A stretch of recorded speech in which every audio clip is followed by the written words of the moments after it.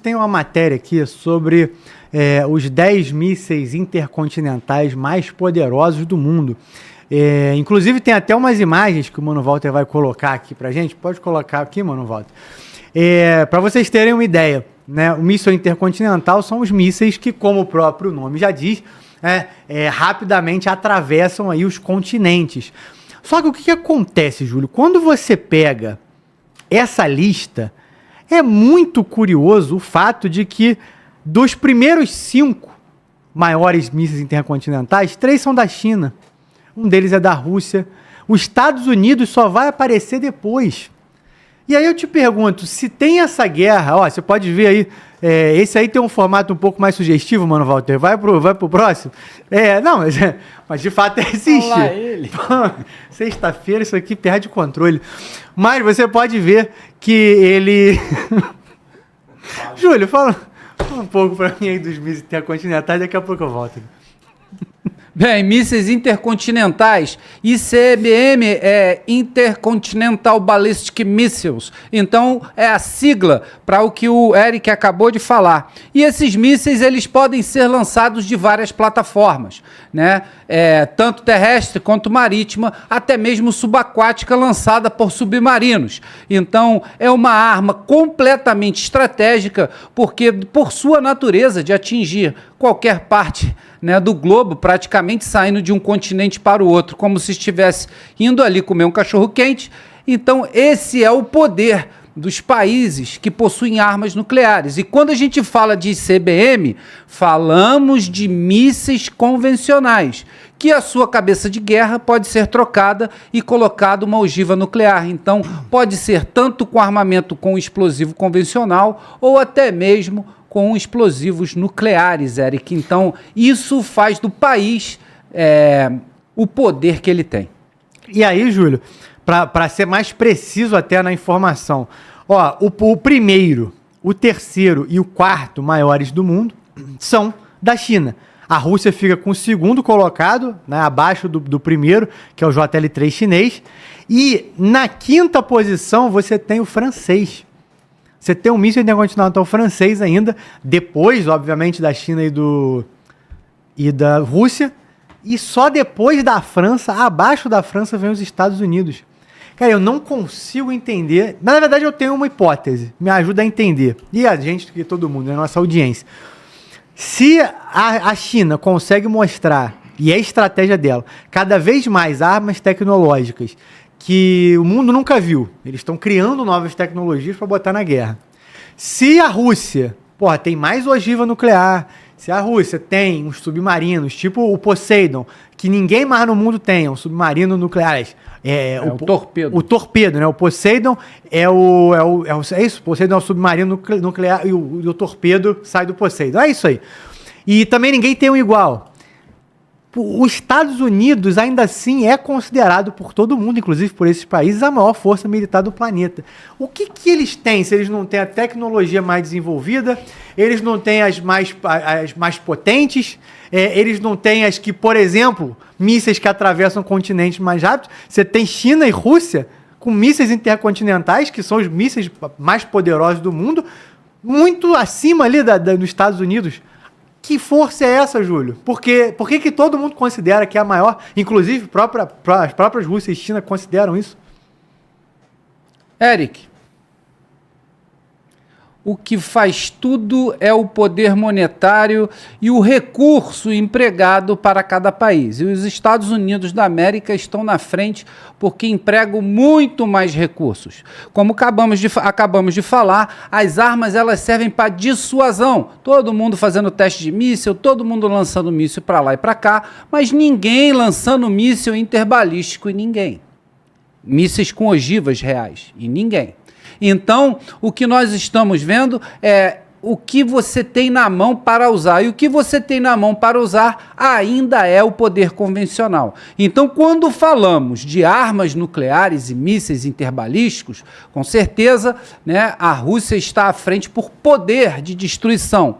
Porém, está atrás da maior força militar, porque não é só de mísseis que vive uma força armada. Então, todo um sistema que envolve a Marinha, a Força Aérea, o exército, as agências de inteligência, a parte espacial, que é muito importante, e Donald Trump até lançou, né, a Força Espacial, a Quinta Força lá nos Estados Unidos, e também podemos falar agora, principalmente, que está muito em voga, a cibernética, a área cibernética. Então, nós estamos praticamente pegando um tipo de modal e botando ele transversal em todas as forças. Guerra cibernética na marinha, guerra cibernética nos submarinos, guerra cibernética nos drones, guerra cibernética nos aviões, guerra cibernética nos computadores, guerra cibernética nas estações terrestres. Então, essa cibersegurança está em todas as forças. Então, além de a capacidade de lutar está completamente ligada, é direta, é igual fórmula, diretamente proporcional, né, a como esse soldado vive. Imagina uma força militar super foda que tem lá os seus soldados, mas todos eles querem sair correndo de lá na primeira oportunidade. Então é isso que motiva, né, o soldado a continuar na guerra, é acreditar naquele sistema que ele faz parte. E isso, os Estados Unidos é imbatível, né? Se você colocar todos esses sistemas, né, na receita, com certeza os Estados Unidos é o líder isolado. Isso é óbvio, todo site que você abrir aí, todo o ranking que você procurar, vai colocar os Estados Unidos à frente pelo maior número de dólares gastos nessa empreitada de defesa. Então não vai ser meia dúzia de mísseis que vai fazer isso ser diferente, Eric. Muito bom, Júlio. Então, comandante, por exemplo, a gente tem aí, então acho que as tropas americanas com esse destaque. É dinheiro, né? Como o Júlio falou, pode não ter essas outras coisas que talvez esses países tenham até para ter um diferencial competitivo. Mas acho que a massa é isso, né? A massa de tudo isso tá com quem tem dinheiro, é os Estados Unidos. Inclusive, por exemplo, a Marinha, o maior número de embarcações de militares nem é também dos Estados Unidos, é da China, né? Mas o número de caças é onde, por exemplo, os Estados Unidos ganha com distância, né? E eu acho que caças, talvez, nesse universo de guerra, precisando... Pode falar. Um adendo, que você falou em caças, a maior força aérea do mundo é a Força Aérea Americana. A segunda maior força aérea do mundo é da Marinha Americana. E só a terceira é a Força Aérea Russa. Peraí. A primeira... segunda maior força aérea do mundo é a da Marinha Americana. Exatamente. Mas se tem um caça, vamos supor, se tem naves, por que esses caças não são da aeronáutica e não... são da... Não entendi. Boa pergunta, Eric. Muito boa pergunta e vamos tirar essa dúvida exatamente agora. A Força Aérea, ela já tem o inventário e suas aeronaves. As aeronaves que estão na Força Aérea da Marinha, né, são as que são baseadas nas bases e nos porta-aviões e porta-helicópteros multifunção que os Estados Unidos têm. Então, é uma força aérea voltada para a projeção do poder do mar para a terra. É exatamente isso. Então, recapitulando, a maior força aérea do mundo é a Força Aérea Americana, a segunda maior força aérea do mundo é da Marinha Americana e só em terceiro lugar vem a Força Aérea Russa. Rapaz, isso me lembra, puxando esse tom de sexta-feira, quando o Pânico passava na Rede TV, porque o programa mais assistido da Rede TV naquela época era o Pânico. E o segundo maior programa que passava na Rede TV era a reprise do Pânico. Então, assim, me parece aí... É redundante, mas faz todo sentido, Júlio. Você ter a Marinha e você ter a Aeronáutica, não sei se isso dá briga lá, né? Mas em outro momento a gente volta para falar disso. Comandante, eu quero te ouvir sobre isso, também depois do Carcará, mas a gente vai precisar falar de um assunto político hoje, que foi lembrado por um membro da equipe, que quase que passa batido, que é o fato de que o Lula quer incentivar um projeto para limitar os mandatos do STF. E realmente isso aí é um pouco chocante. Não posso não falar disso numa sexta-feira, porque isso é uma coisa tão inesperada que acho que tem muito pra gente falar sobre isso. Então, comandante, eu quero te ouvir, mas, rapaziada, você que tá em casa, não esquece de dar seu like, compartilhar aqui. Pô, a gente tá... Sexta-feira é sempre essa dificuldade pra conseguir like. Eu entendo, rapaziada, é sexta, tu já tá saindo do trabalho, e quer ir tomar uma cervejinha, mas dá essa moral aqui pra gente, e daqui a pouco também vai ter nosso programa com os COPs, os policiais. Vai ser bem bacana. Continua aqui com a gente. Comandante, quero te ouvir.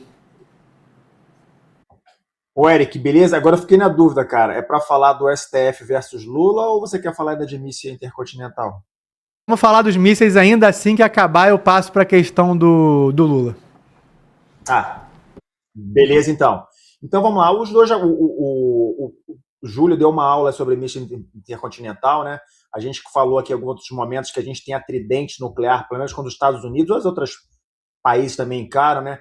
Ela tem a vertente lançada pelas aeronaves do Comando Estratégico Aéreo, ela tem os silos estratégicos que estão enterrados em posições estratégicas do território dos Estados Unidos, da Rússia, da China e dos outros países que detêm esse tipo de armamento, e a gente tem o que é o maior dissuasor, né, desse potencial desse uso de armamento, na minha opinião, que são os submarinos nucleares balísticos. Por que eles são tão assim dissuasórios, são tão importantes nessa organização do tridente que esses países entendem? Porque justamente ninguém sabe de onde eles estão.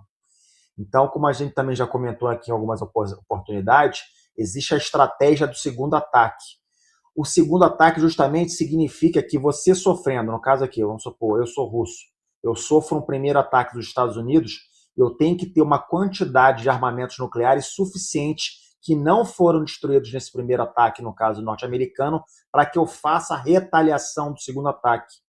Então, esses submarinos que são móveis pelo mundo, eles adquirem uma importância estratégica enorme dentro da estratégia nuclear para esses países. Vale mencionar até que a gente falou aqui nessa semana, até o Júlio trouxe uma reportagem, né, daquele míssil nuclear que funcionava nos trens. Então, a Rússia, na década de 80, década de 90, ela se valia das redes ali de mais de 120 mil quilômetros das suas redes ferroviárias, justamente para estar movimentando o tempo todo esses mísseis, e no caso do segundo ataque, ninguém saber justamente onde eles estariam, porque eles seriam móveis. Então é assim que essa tríade nuclear funciona de uma forma simples, né, para a gente dizer como é que os países pensam a estratégia do primeiro emprego ou do segundo emprego. Ou seja, quem atira primeiro e a outra de quem tem a capacidade de retalhar o primeiro ataque. Isso é importante que os nossos ouvintes entendam como é que isso funciona. A outro ponto que o Júlio colocou, que eu queria mencionar aqui agora, é justamente sobre o emprego da criação da sexta Força Armada dos Estados Unidos. O Donald Trump falou no passado e criou a sexta força, que é a Space Force, operando no que é chamado domínio espacial, que opera muito próximo do domínio cibernético. O Júlio já deu a explicação que ficou muito clara. Então, essa dimensão espacial está ganhando contornos muito grandes, paralelo também ao emprego nuclear. Então, a gente tem aí observando, está voltando os assuntos aí que era o chamado astropolitik, ou que seria a política estelar ou a política espacial. A geopolítica espacial está ganhando outros contornos. Já foi mencionado aqui o problema desse novo armamento disruptivo chinês que está se disponibilizando e se colocando contra a Starlink. Também a Rússia está se colocando contra a Starlink, no que eles estão acusando aí a comunidade internacional de que a Starlink é uma empresa civil, paisana, e que tem interesses de que está justamente sendo empregada como uma empresa por procuração, e aí ela está dominando o mercado espacial justamente com essa sua rede de milhares de satélites que operam a baixa órbita fazendo a transmissão de dados. Só que esse problema, essa cláusula, não está voltada somente para o problema pequeno ali, vamos chamar pequeno, mas não é tão pequeno assim, da guerra da Rússia e da Ucrânia. Essa questão ela transpassa tudo isso e vai justamente para o domínio espacial. Porque seja por um emprego de uma arma nuclear, que a Rússia ameaçou empregar uma arma nuclear nível espacial para neutralizar a rede de satélites da Starlink, ou um armamento desse chinês, que ainda é um protótipo, mas é da dimensão da onde as pessoas, esses países estão olhando, estão vocacionando suas energias, isso dá para a gente entender que o domínio espacial, a Guerra das Estrelas, da época do governo do Ronald Reagan, ele deixou de ser somente o mundo da ficção e já se tornou realidade. E a gente precisa ter, o russo está falando muito nisso, as mídias estão repercutindo, justamente de um anúncio que foi feito pelo próprio Elon Musk, que vai haver uma fusão de duas das suas grandes empresas.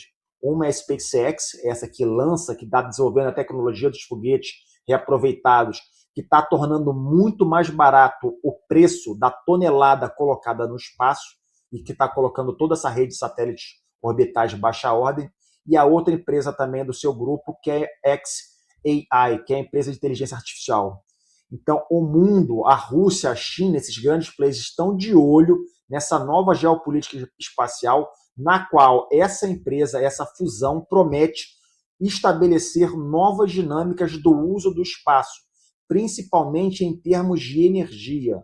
O mundo já entendeu que para operar a inteligência artificial, ele precisa de quantidades enormes de energia e por isso também que está acabando o discurso verde aí dos seus grandes demagogos aí do Fórum de Davos.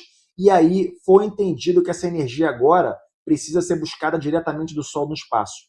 E o seu Elon Musk agora, com a sua visão visionária, fora das estruturas burocráticas estatais, está querendo aproveitar a energia lá de cima, mas não trazer aqui para baixo para o data center e fazer o movimento ao contrário, pegar o data center e colocar no espaço para que a energia seja aproveitada diretamente pelo Sol, numa qualidade, numa eficiência muito maior, que seria capaz de todo o sistema da Terra, o seu sistema de geração de energia, alcançar isso no espaço, da ordem de 1000 vezes mais eficiente.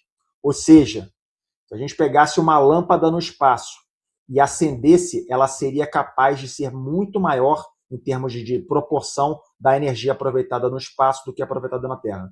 Então, o mundo está se voltando para a questão da energia, o domínio espacial está se devolvendo para casa disso, e aí linkando, Eric, com a questão dos mísseis intercontinentais, do qual você colocou que os Estados Unidos estariam numa desvantagem, é justamente em termos de dinheiro, sim, e não é à toa que o Donald Trump já colocou que o orçamento das Forças Armadas no ano que vem vai ser da ordem de 1,5 trilhões de dólares, algo que é maior que o PIB do Brasil inteiro, toda a capacidade de geração de riqueza do Brasil. Isso ganha um novo contorno.